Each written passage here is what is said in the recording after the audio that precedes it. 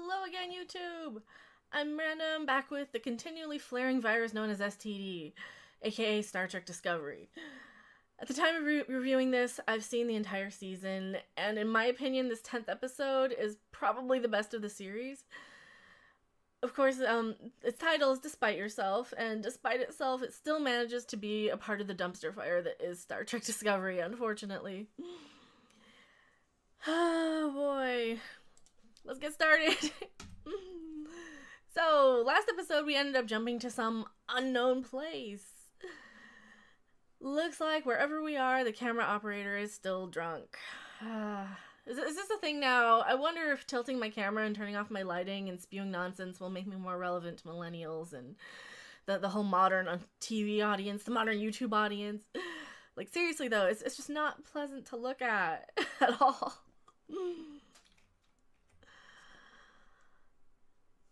And hey, we're shooting at Vulcans now. I guess they shot at us first, but maybe we should talk to them first or something. You know, hailing. There's a thing you can do called hail. It's funny that now we get the order to fire in the general direction of something instead of, you know, in the last episode, when we had the ability to detect, like, the general location of a cloaked Klingon ship. You know, you'd think Miss Perfect, aka Michael Burnham over there, might have relayed that little detection trick to Starfleet just before they jumped, right? It could still be useful in the war if something were to happen to Discovery before they finished the calculations on their anti-cloak algorithm thingy. But I'm sure I complained that in the last episode. Or complained about that. And holy crap, the quantum signature of the Vulcan ship is inconsistent with Discovery's. So that's obviously a scan that you do every time you encounter another ship now. Especially since you've never heard of a mirror universe before. You know, totally routine scan. Don't even have to fiddle with the what's it to make it do a scan like that.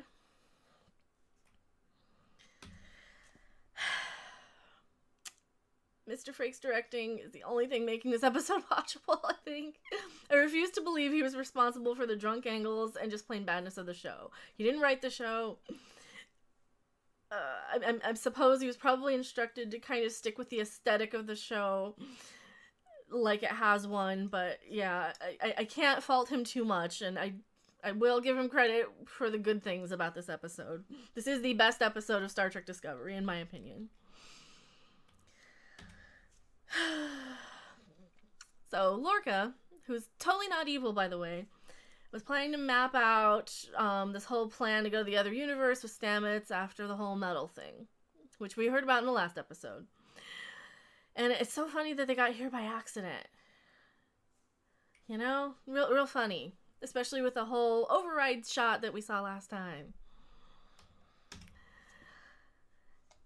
Meanwhile, Stamets is all whacked out on the Spore network. He's babbling about the palace. If this isn't obvious foreshadowing, then I don't know what is. It doesn't help that CBS can't keep a lid on any information related to the show's plot. I mean, who lives in a palace? An emperor, maybe? You know, back on Enterprise, the emperor or empress from the Mirror Universe was Hoshi Sato after she stole the USS Defiant from the Tholians that had captured it from the Prime Universe's future. So I wonder who they're going to cast as the Emperor here. You know, it can't be the actress that they assured us will be coming back later in the series, even though her character's dead, right? Can't be her. So now all of a sudden, Lorca decides Stamets' boyfriend, the doctor here, shouldn't be in charge of his medical care. You know, like he probably should have done way back when. Because it creates drama to do it now instead of when it made sense to do it. Take a shot every time I roll my eyes, but don't do it because you'll die of alcohol poisoning. Oh, God, this show. Now we're trying to get a data core from the Klingon wreckage or something. But if they can detect it, can't they just beam it out? I mean, in the show, they can beam a warhead onto a dead Klingon. Why send Ash Tyler, who's having another PTS fit, by the way? Isn't he the security officer? Wouldn't you rather send an engineer for that sort of thing? I hear not Spock, aka Michael Burnham, is the best at everything. Why not send her? You know, I guess it's just a shot for the little power glove techie thing. I don't know. It's just an excuse to use that. Even though it's CG and blue like everything else in the show. If we're crying out loud, put a camera on that prisoner. Still, again. Ash is asking Laurel, again, what happened. He even opens up the cell and no alarms go off whatsoever. Sure, he's the chief of security, but come on now. And Laurel gives him, like, this trigger word, and he goes all, I must kill Frank Drebin on her. Like, seriously. He's speaking Klingon, but I'm pretty sure that's what he said. He throws her back in the cell, freaks out, and runs away. The creepy wannabe Vulcan lady's trying to smile again. Makes me uncomfortable. Blah, blah, blah, Vulcan data something, compatible something.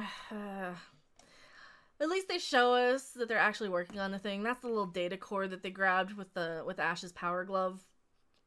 Little hand CG thing. I noticed the show tends to avoid showing us events in favor of, like, personal drama moments, which is why the plot always feels so forced. Now, I remember the ship's computers, like, on a side note, I do remember the ship's computers on Star Trek being, like, huge. You know, like a typical cruiser's computer is several stories tall. At least it was back in the 60s, and, you know, that's because the computers back then were huge. But you kind of need that, right? Don't you need that? This data core's tiny. Like, how lucky would they have to be to find anything useful on this little data core at all, right? This could be medical records, a collection of Klingon opera, or someone's porn stash for all we know. It's tiny. There's not a lot of room on there. You know, sure, my like MP3 player has 120 gigabytes of songs, but what are they storing on these? I'm trying to point out that, yes, continuity with the original series might, I don't know, help a little bit. But hey, nerds, remember the mirror universe? Squee here for a reference, money shot, whatever. Hey, that data has everything we need to know about the mirror universe and everything. How convenient. And if you're new to Star Trek and are just jumping onto the geek bandwagon because it's trendy right now, we'll explain it for you. The show will. And me. Might as well. So, mirror universe is bad. Regular universe is good. Except in STD, where so many people in the regular, aka prime, aka main, you know, regular universe are bad guys too. But hey, it's what Gene Roddenberry wanted, right? A future where we bicker and do stupid shit because drama and have a nice conflict around every corner. I mean, he never wanted this whole optimistic, civil, let's get together and unite for the good of us all future, right? Only a crazy person would want that. Seriously. I mean, who crap even thought it was a good idea to celebrate our differences and use those as strengths to further the exploration of the galaxy? But no, this is exactly the wagon trail in space, positive outlook of the future that Gene wanted, damn it. And anyone that says it's not can kiss my ass. But, oh no, there's a ship out there that wants to talk or they'll start firing or something. So Lorca's all set to take the call and tell the smartest, bestest person ever, Michael Burnham, says, belay that, since she can give that command. You know, that's totally something she would say. Actually, it's something she would say. It's just something that's not continuous with military, you know? And, of course, we find out that Lorca can't take the call because he's not the captain of the Mirror Discovery. But Tilly is. Nice. Seriously, I think Tilly's, like, the only character on the show that is a character. She takes the call and is totally nervous about it like any cadet would be. She gets so nervous that she throws the conversation over to Lorca, posing as her engineer, who does a Scottish accent to disguise his voice. Because we needed another callback to actual Star Trek.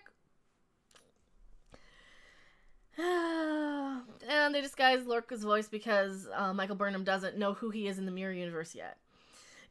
Like, seriously, he's not been dropping that clue by 4 all season that the Lorca we've been seeing is from the Mirror Universe, you know? None of the whole phaser behind his back stuff when he was in bed with the Admiral. None of the whole overriding to jump home.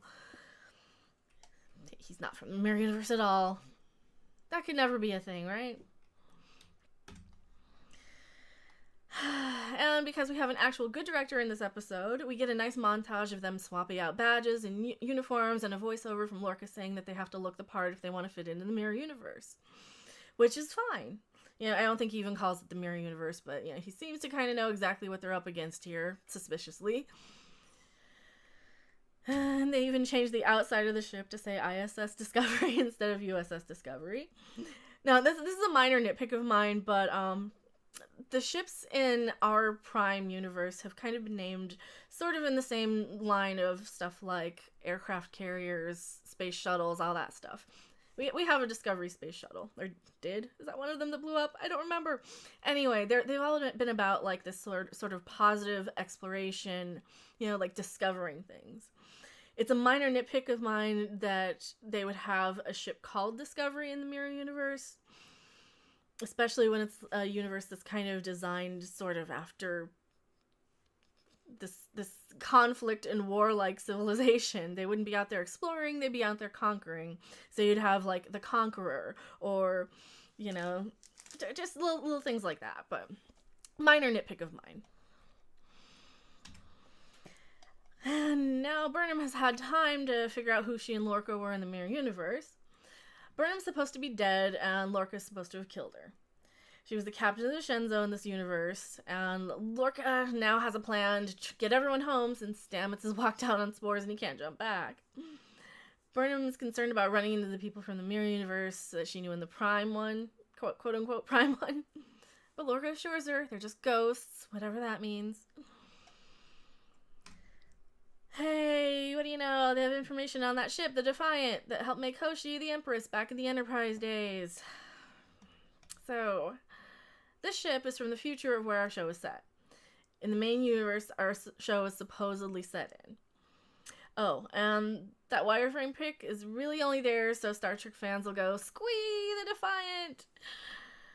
It's sad pandering, but yeah, they want to go and get into the Defiant using Burnham and Lorca, and who cares? I also need to point out how shitty this is to see the Defiant and quote-unquote Prime Universe show, or that is supposed to sync up with the original Trek. It's shitty because now the Federation will have it on record that the Defiant ends up going into the mirror universe. We get a quick line of, well, all the crew went insane and died at some point as well. So Starfleet doesn't warn the crew to avoid the place that the Defiant crossed over and chooses not to save the crew. It's not like they'd be changing history or anything. It's the past of a mirror universe. Who cares about it? Like, this show even says that the circumstance, like, they even find on record what circumstances that the Defiant crossed over at. Time, place, circumstances, everything. Now, I'm pretty sure they even say the start date, right? This isn't Kirk needing Joan Collins to die in the past or else Nazis will take over the USA. This isn't those circumstances at all. This is another universe. Starfleet knowingly lets 300 crew members die. This mirror universe stuff wasn't classified until Michael freaking Burnham did something really stupid a few episodes later, which I'll get into when we get there. I will definitely get into that when we get there. And seriously, all anyone would need to do in order for that area, like, to keep the Defiant out of that area is maybe put, like, a buoy there, say it's off limits, something. Do warning, dangerous, keep out, something, right? This retroactively makes the original Star Trek worse, because this is supposed to be canon now, and we now know that Starfleet let the Defiant's crew die. I'm gonna let that sink in for a second. They let the Defiant's crew die on purpose now that we know that it's there, because the ship, spoilers, I mean, these are all spoilers, I've seen the end of this, we know the ship's gonna come back around to the Prime Universe eventually. And they're gonna have this on record. And the admirals are gonna know about this. Even if they classify it, your high-up admirals are gonna know about this. And then they're gonna let them die. For no reason. Other than... I need to take a second. This makes me so angry that they do this. I mean, I get in their head that they're doing we're going to show this reference shot of the Defiant so the nerds will squee. But I've been saying this about this show for a while. I probably heard it from somebody way smarter than me, that this show tends to be filled with references and it can mimic things back to us like we're parrots or like they're parrots mimicking, hey, it's the Defiant. It's the mirror universe. It's, the symbol from the mirror universe. Hey, he's got a Scottish accent, just like Scotty did. And they can mimic stuff back just like a parrot would, but it has no understanding of what Star Trek actually is. It doesn't know that Star Trek is the show that's supposed to have a hopeful, optimistic meaning of the future, or outcome of the future, where we can work together and better ourselves for the good of all of humanity and maybe work with other races that we might not see eye to eye with, like the Klingons or the Andorians or any of these other races. It's an optimistic, hopeful, idealistic look at the future. It is not, hey, it's a phaser, it's a communicator, it's a Klingon. Remember Klingons? Squeak because you remember Klingons, damn it. That's my biggest problem with the show. But hey, we're only about halfway through this episode, right? There's still more shit to get through. Of course, now we have Ash Tyler, going to the doctor. He wants to scan him because of all the PSD crap. And, since they didn't scan him or anything when they got on the Discovery from that D7 battlecruiser or microwave burrito, whatever bullshit thing that was called. Or take him over to Starbase for debriefing, or do anything that even remotely makes sense, because the show's just drama for the sake of drama. If Ash Tyler is here as a Klingon agent to spy on Discovery, his plan would really have to rely on a lot of people doing a lot of stupid things to even halfway make sense. But this is Discovery, nothing makes sense. And man, if this show were any good, it might be fun to cosplay as Captain Killy. Yeah, Captain Tilly, aka they call her Captain Killy over in the Mirror Universe, whatever. And of course, Michael Burnham has to coach Tilly on how to be strong since she knows absolutely everything and no one would even be able to wipe their ass without her there to instruct them.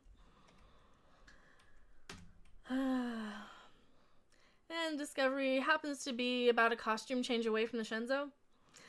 Because space is really, really big and all the starships have to be within transporter range of each other, I guess.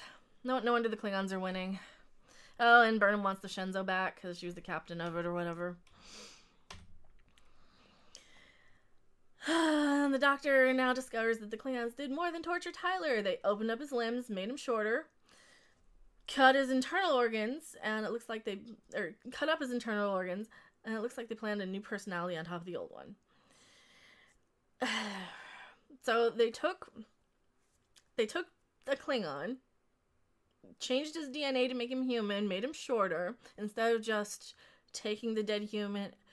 I don't know. It's so confusing. It's laughable to think none of this has set off any red flags with the doctors who originally scanned him when he came aboard, too. Even if they couldn't detect the personality stuff. Considering how much work was done on him, he's lucky the crew of Discovery is so incompetent that he not only was allowed to join his crew, but be placed in the position of chief of security. And for what reason exactly? What's the plan here? What are they going to do once they have a Klingon on a Starfleet ship? If he needs to be activated by L'Rell, how exactly was she planning on getting on the same ship as Tyler Vach? And it was by chance that L'Rell happened to meet that Admiral chick. And by chance the Discovery happened to beam Tyler Vach over so she could jump onto his transporter beam out. So what are they going to do now that he's here? What's your plan? There is no plan. They didn't bother. It's just we need a Klingon spy because drama. And of course the doctor grounds Tyler from going on the mission and Tyler freaks out again. And we have the death of one of the few halfway decent characters on the show. Yep. And remember all that LGBTQ press that the show was doing saying, hey, we have a gay couple. Aren't we current and trendy and progressive? Look at us. Gay couple right here. Watch us. We're gay friendly.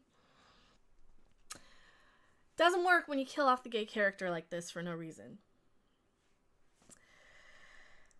I just don't have words to describe how stupid this decision was. I mean, and you know, why is he killing him off? Just so you gasp? Like, how many people did I see react to this, and they're like, oh my god, and they're on the edge of their seat like, oh my god, not Hugh, not the doctor, we liked the doctor.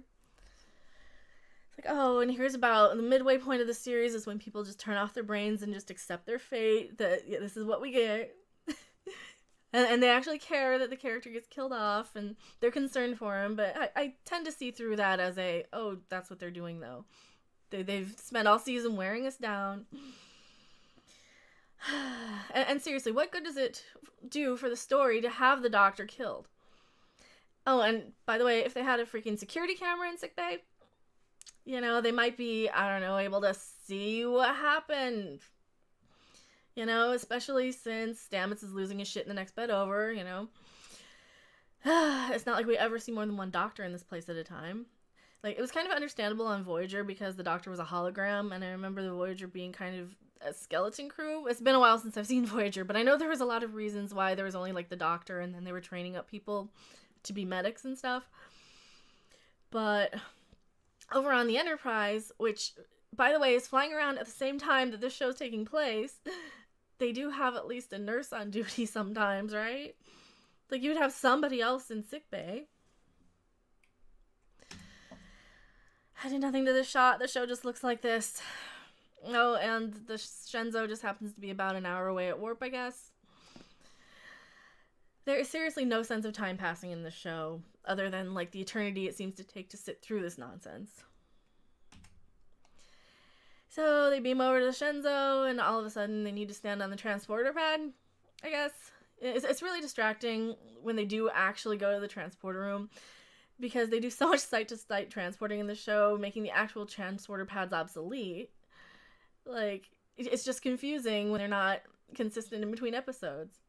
Not to mention just plain bad storytelling. If you can't even be consistent in your own show, how can I care about it? And once aboard the Shenzhou, the evil Shenzhou, as opposed to anything else in the show,